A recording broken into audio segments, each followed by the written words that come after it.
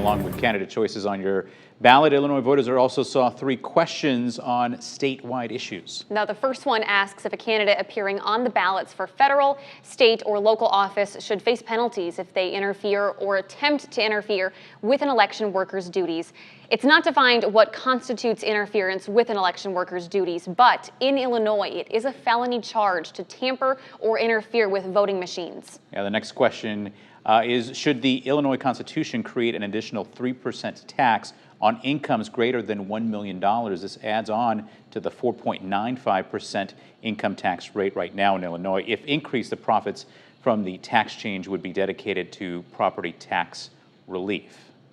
And the third asks if all assisted reproductive treatments be covered by any insurance plan in Illinois. So this would be for coverage of pregnancy benefits without limitation on the number of treatments. Essentially, this question is asking if health plans should be required to fully cover all assisted reproductive treatments without limits in Illinois. Now, these are all yes or no questions, so we want to bring in our election expert, Dr. Paul Baumgardner. Paul, first of all, what is an advisory question, and what's the goal when asking voters about them during an election?